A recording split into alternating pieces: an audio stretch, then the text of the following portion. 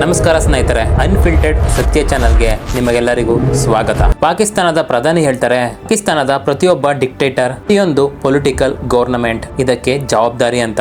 ಯಾವತ್ತು ಯಾವ ಸರ್ಕಾರನೂ long term ಪಾಲಿಸಿಗಳ ಬಗ್ಗೆ ಯೋಚನೆ ಮಾಡಲಿಲ್ಲ.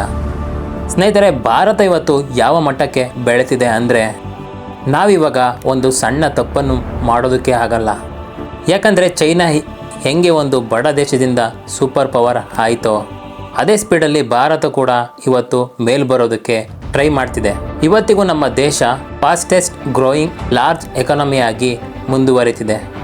ವರ್ಲ್ಡ್ನ ದೊಡ್ಡ ದೊಡ್ಡ ಇನ್ವೆಸ್ಟ್ಮೆಂಟ್ ಬ್ಯಾಂಕ್ಗಳೆಲ್ಲ ಇಂಡಿಯಾನೇ ಬೆಸ್ಟ್ ಇನ್ವೆಸ್ಟ್ಮೆಂಟ್ ಡೆಸ್ಟಿನೇಷನ್ ಅಂತ ಹೇಳ್ತಿದ್ದಾರೆ. ಗೂಗಲ್ ತನ್ನ ಮೊದಲ AI ಹಬ್ಬನ್ನು ಇಂಡಿಯಾದಲ್ಲಿ ಅನೌನ್ಸ್ ಮಾಡಿದೆ. ಮುಂದಿನ 5 ವರ್ಷದಲ್ಲಿ ಅವರು $15 ಬಿಲಿಯನ್ ಹಣ ಸುರಿಯಲಿದ್ದಾರೆ. ಆಪಲ್ ತನ್ನ ಉತ್ಪಾದನೆಯನ್ನು ಡಬಲ್ ಮಾಡ್ತಾ ಇದೆ.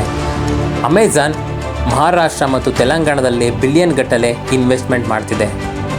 ಮೈಕ್ರೋಸಾಫ್ಟ್ ಕೂಡ $1 ಬಿಲಿಯನ್ ಇನ್ವೆಸ್ಟ್ಮೆಂಟ್ ಮಾಡ್ತಾ ಇದೆ. ಹಿಸ್ಟ್ರಿಯಲ್ಲೇ ಮೊದಲ ಬಾರಿಗೆ ಈ ಪ್ರಪಂಚದಲ್ಲಿ ಅತ್ಯಂತ ಪವರ್ಫುಲ್ ಮತ್ತು ಇನ್ಫ್ಲೂಯೆನ್ಸ್ ಎಕಾನಮಿ ಆಗೋಕ್ಕೆ ಭಾರತಕ್ಕೆ ಒಂದು ಚಾನ್ಸ್ ಸಿಕ್ಕಿದೆ. The country continues to be the fastest growing large economy. Many of the world's investment banks have keyed in on India as a real prime investment destination right now. Google has announced its first AI hub in India. They will be pumping in $15 billion in the next 5 years. Apple is doubling down on it. Amazon is investing billions in Maharashtra and Telangana. Microsoft is investing $3 billion. For the first time in its history, India has a shot at being one of the most powerful and influential economies on the planet. ಈಗ ನೀವು ಈ chart ನೋಡಿದ್ರೆ ಗೊತ್ತಾಗುತ್ತೆ, ನಮಗೆ 1 trillion GDP ತಲುಪೋಕೆ 60 ವರ್ಷ ಬೇಕಾಯಿತು. ಆದರೆ 1 ರಿಂದ 2 ಟ್ರಿಲಿಯನ್ ತಲುಪೋಕೆ ಬರೀ 7 ವರ್ಷ ತಗೊಂಡ್ವಿ. 2 ರಿಂದ 3 ಟ್ರಿಲಿಯನ್ ತಲುಪೋಕೆ ಕೇವಲ 5 ವರ್ಷ ಬೇಕಾಯಿತು. ಇವಾಗ ನಾವಿರೋ ಸ್ಪೀಡ್ ನೋಡಿದ್ರೆ ಪ್ರತಿ 2 ವರ್ಷಕ್ಕೆ ನಮ್ಮ GDPಗೆ 1 ಟ್ರಿಲಿಯನ್ ಆ್ಯಡ್ ಮಾಡ್ತಾ ಹೋಗ್ತೀವಿ. ಆದರೆ ಗುರು, ಭಾರತ ಇಷ್ಟೊಂದು ಫಾಸ್ಟಾಗಿ ಬೆಳೀತಿದ್ರು. ನಮ್ಮ ಪಕ್ಕದ ಮನೆಯ ಪಾಕಿಸ್ತಾನದ ಕತೆ ನಮಗೊಂದು ದೊಡ್ಡ ವಾರ್ನಿಂಗ್ ಬೆಲ್ ಇದ್ದಂಗೆ.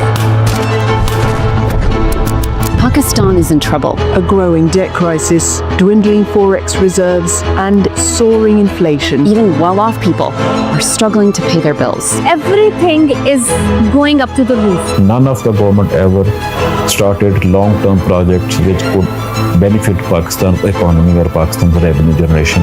ಪಾಕಿಸ್ತಾನ ಇವತ್ತು ಫುಲ್ ಟ್ರಬಲ್ನಲ್ಲಿದೆ. ಸಾಲದ ಸುಳಿ, ಫಾರೆಕ್ಸ್ ರಿಸರ್ವ್ ಖಾಲಿ, ಇನ್ಫ್ಲೇಷನ್ ಸಿಕ್ಕಾಪಟ್ಟೆ ಜಾಸ್ತಿ, ಜನಕ್ಕೆ ಬಿಲ್ ಕಟ್ಟೋದಕ್ಕೂ ಆಗ್ತಿಲ್ಲ. ಪ್ರತಿಯೊಂದರ ರೇಟು ಆಕಾಶ ಮುಟ್ಟಿದೆ. ಯಾವ ಸರ್ಕಾರ ಅಲ್ಲಿನ ಎಕಾನಮಿಗೆ ಅಥವಾ ರೆವಿನ್ಯೂಗೆ ಹೆಲ್ಪ್ ಆಗೋ ಥರ ಲಾಂಗ್ ಟರ್ಮ್ ಪ್ರಾಜೆಕ್ಟ್ ಶುರು ಮಾಡಲಿಲ್ಲ. ಇವತ್ತು ಪಾಕಿಸ್ತಾನ ಒಂದು ಕೆಟ್ಟ ಎನರ್ಜಿ ಕ್ರೈಸಿಸ್ನಲ್ಲಿ ಮುಳುಗು ಹೋಗಿದೆ. ಅದು ಯಾವ ತಪ್ಪು ಅಂದರೆ ನಮ್ಮ ದೇಶದ ಪೊಲಿಟಿಷಿಯನ್ ಕೂಡ ಮಾಡಬಹುದಂತಹ ತಪ್ಪು. ಅದಕ್ಕೆ ಗೋಲ್ಡನ್ ಫೇಸ್ನಲ್ಲಿ ನಾವು ಆ ತಪ್ಪುಗಳನ್ನು ರಿಪೀಟ್ ಮಾಡಬಾರದು. ಯಾಕಂದರೆ 2 ದೇಶದ ಪೊಲಿಟಿಷಿಯನ್ಸ್ ಆಡೋ ಗೇಮ್ ಒಂದೇ ಥರ ಇರುತ್ತದೆ. ಅವರಿಗೆ ವೋಟ್ ಬೇಕಾದಾಗ bus ticket free, electricity bill free, ration free ಅಂತ ಹೇಳ್ಕೊಂಬರ್ತಾರೆ. ಎಲೆಕ್ಷನ್ ಟೈಮ್ನಲ್ಲಿ ನಮಗೆಲ್ಲ ಕನಸು ತೋರಿಸೋದು. ಆಮೇಲೆ ಲಾಂಗ್ ಟರ್ಮ್ ಪಾಲಿಸಿ ಬಂದಾಗ ದೇಶಕ್ಕಿಂತ ತಮ್ಮ ಕುರ್ಚಿನವರಿಗೆ ದೊಡ್ಡದಾಗೋಗುತ್ತೆ. ಇಂಡಿಯಾದಲ್ಲಿ ಇವಾಗ ಒಂದು ಹೊಸದಾದ ಟ್ರೆಂಡ್ ಶುರುವಾಗ್ತಾ ಇದೆ. ವೋಟ್ ಹಾಕೋರಿಗೆ ಡೈರೆಕ್ಟಾಗಿ ಕ್ಯಾಶ್ ಕೊಡೋದು. In India, there's a new election trend in our country promising cash to voters. बेरोजगार बुजुर्ग और महिलाओं के खाते में भेजने के लिए जिन जिन योजनाओं का ऐलान किया गया है उनकी कुल राशि करीब 30,000 करोड़ बताई जा रही है. You call it freebies, you call it political subs, you call it revdi. It's been raining freebies in Bihar. Seems that direct cash transfers to women have become a new normal across states in ನಿರುದ್ಯೋಗಿಗಳು, ಅಜ್ಜಿಯರು ಅವರ ಅಕೌಂಟ್ಗೆ ದುಡ್ಡು ಹಾಕೋ plan ನಡೀತಾ ಇದೆ. ನಮ್ಮ ಈ Karnataka government ಕೂಡ ಮಾಡ್ತಿರೋದು ಸೇಮ್ ಅದನ್ನೇ. ಇದನ್ನು ನೀವು ಫ್ರೀಬೀಸ್ ಅನ್ನಿ, ರೇವಡಿ ಅನ್ನಿ ಅಥವಾ ಪೊಲಿಟಿಕಲ್ ಗಿಮಿಕ್ ಅನ್ನಿ. ನಮ್ಮ ಕರ್ನಾಟಕ ಮಾತ್ರವಲ್ಲ, ಬಿಹಾರದಿಂದ ಹಿಡಿದು ಎಲ್ಲ ಸ್ಟೇಟ್ಗಳಲ್ಲೂ ಇವಾಗ ಕ್ಯಾಶ್ ಕೊಡೋದು ನಾರ್ಮಲ್ ಆಗಿಬಿಟ್ಟಿದೆ. ಇದೇ ದೊಡ್ಡ ತಪ್ಪು ಪಾಕಿಸ್ತಾನ ಮಾಡಿತು. ಇವತ್ತು ಅಲ್ಲಿನ ಜನಕ್ಕೆ ಬಾಡಿಗೆಗಿಂತ ಕರೆಂಟ್ ಬಿಲ್ಲೇ ಜಾಸ್ತಿ ಬರುತ್ತೆ. ಅಲ್ಲಿ ಕರೆಂಟ್ ಇಲ್ಲದೆ ಇಡೀ ದೇಶ ಸಾಲದಲ್ಲಿ ಮುಳುಗೋಗಿದೆ. ಗ್ರೋತ್ ಅನ್ನೋದು ಮಣ್ಣು ಪಾಲ್ ಆಗೋಗಿದೆ. ಪಾಪ ಪಾಕಿಸ್ತಾನ ಎನರ್ಜಿ ಇಲ್ಲದೆ ಸಾಯ್ತಾ ಇದೆ. ಕರಾಚಿ, ಇಸ್ಲಾಮಾಬಾದ್, ಲಾಹೋರ್ ಅಂತಹ ದೊಡ್ಡ ದೊಡ್ಡ ಸಿಟಿಗಳೆಲ್ಲ ಕತ್ತಲಲ್ಲಿ ಮುಳುಗೋಗಿವೆ. ಯಾಕಂದರೆ ಕಲ್ಲಿದ್ದಲು ಅಥವಾ ಗ್ಯಾಸ್ ತಗೊಳ್ಳೋದಕ್ಕೆ ಅವರ ಹತ್ರ ದುಡ್ಡು ಇಲ್ವೇ ಇಲ್ಲ. ಇದೆಲ್ಲದಕ್ಕಿಂತ ಶಾಕಿಂಗ್ ವಿಷಯ ಏನಪ್ಪ ಅಂದರೆ ಅಲ್ಲಿನ ಪೊಲಿಟಿಷಿಯನ್ಸ್ ಮತ್ತು ಬಿಸ್ನೆಸ್ ಮ್ಯಾನ್ಸ್ ದುಡ್ಡು ಮಾಡ್ಕೊಂಡಿದ್ದಾರೋ ಏನೋ. ಆದರೆ ಸಾಮಾನ್ಯ ಜನರಿಗೆ ಅವರ ಹತ್ತಿರ ಊಟಕ್ಕೂ ಕೂಡ ಗತಿ ಇಲ್ಲ. 2023ರಲ್ಲಿ ಅಲ್ಲಿನ ಇನ್ಫ್ಲೇಷನ್ 30% ಮುಟ್ಟಿತ್ತು. ಇದಕ್ಕೆಲ್ಲ ಕಾರಣ ಒಂದು ದಡ್ಡತನದ ಪೊಲಿಟಿಕಲ್ ಮಿಸ್ಟೇಕ್.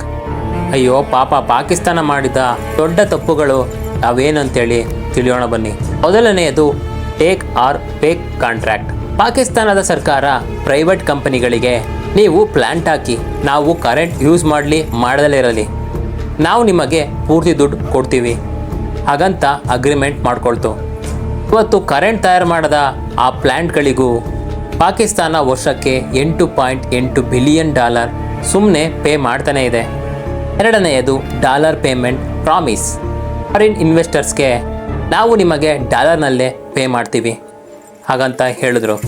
ಇವತ್ತು $1 ಅಂದರೆ 30 ಪಾಕಿಸ್ತಾನ್ ರೂಪಾಯಿ ಇತ್ತು. ಇವತ್ತು $1 ಅಂದರೆ $280 ಆಗಿದೆ. ಇದರಿಂದ ಬರೀ 13 ವರ್ಷದಲ್ಲಿ $17 ಬಿಲಿಯನ್ ಲಾಸ್ ಆಗಿದೆ. Every prime minister in Pakistan has either been overthrown, murdered, or even hanged. The army has almost always been the prime player behind the scenes. ಇವಾಗ ನೋಡಿ ಚೈನಾ ಎಂಟ್ರಿ ಕೊಡ್ತು. ಸಿಪೆಕ್ ಅನ್ನೋ ಹೆಸರಲ್ಲಿ ಚೈನಾ $46 ಬಿಲಿಯನ್ ಸಾಲ ಕೊಡ್ತು. ಆದರೆ ಅದೊಂದು ದೊಡ್ಡ ಟ್ರ್ಯಾಪ್ ಆಗಿತ್ತು. ಚೈನಾ ಜಾಸ್ತಿ ಬಡ್ಡಿ ಹಾಕ್ತು, ಅನ್ನದೇ ಕಂಪನಿಗಳಿಗೆ ಕೆಲಸ ಕೊಡ್ತು. ಅಯ್ಯೋ ಪಾಪ, ಪಾಕಿಸ್ತಾನದವರಿಗೆ ಏನೂ ಸಿಗಲಿಲ್ಲ. ಇವತ್ತು ಪಾಕಿಸ್ತಾನದ GDP ಎಷ್ಟಿದೆಯೋ ಅಷ್ಟೇ ಚೈನಾದ ಸಾಲ ಕೂಡ ಇದೆ. ಅವರು ಸಂಪಾದಿಸೋ $100ಯಲ್ಲಿ $60 ಬರೀ ಬಡ್ಡಿ ಕಟ್ಟೋಕೆ ಹೋಗ್ತಾ ಇದೆ. Pakistan is facing its worst crisis since its birth amid rising foreign debt, inflation and falling forex reserves. तो बाजार वाला आटा महंगा है, नहीं ले सकते और पैसे भी नहीं है. यहाँ पे किसी के पास खाने की कोई चीज़ नहीं है. ಭಾರತಕ್ಕೆ ಇದರಿಂದ ಸಿಗೋ ಪಾಠಗಳೇನೆಂದರೆ lesson number 1, politicians long term ಪಾಲಿಸಿಗೆ ವ್ಯಾಲ್ಯೂ ಕೊಡಬೇಕು. ಸರ್ಕಾರ ಯಾವುದೇ ಇರಲಿ, ನಮ್ಮ ದೇಶಕ್ಕೆ ಒಳ್ಳೆಯದಾಗೋ ಪಾಲಿಸಿಗಳು ಕಂಟಿನ್ಯೂ ಆಗಬೇಕು. ಲೆಸನ್ ನಂಬರ್ 2, ದೇಶ ಫ್ರೀ ಬೀಸ್ನಿಂದ ನಡೆಯೋಲ್ಲ, ಒಂದು ಹೆಲ್ತಿ ಎಕಾನಮಿಯಿಂದ ನಡೆಯುತ್ತೆ. ಯಾರಾದರೂ ಫ್ರೀ ಕೊಡ್ತೀನಿ ಅಂದರೆ ಅವರು ದೇಶದ ಬಗ್ಗೆ ಅಲ್ಲ, ಅವರು ತಮ್ಮ ಕುರ್ಚಿ ಬಗ್ಗೆ ಯೋಚನೆ ಮಾಡ್ತಿದ್ದಾರೆ ಅಂತ ಅರ್ಥ. ಲೆಸನ್ ನಂಬರ್ 3, ಆತ್ಮನಿರ್ಭರತೆ ಅನ್ನೋದು ಬರೀ ಸ್ಲೋಗನ್ ಅಲ್ಲ, ಅದು ನಮ್ಮ ಸರ್ವೈವಲ್ ಸ್ಟ್ರಾಟಜಿ.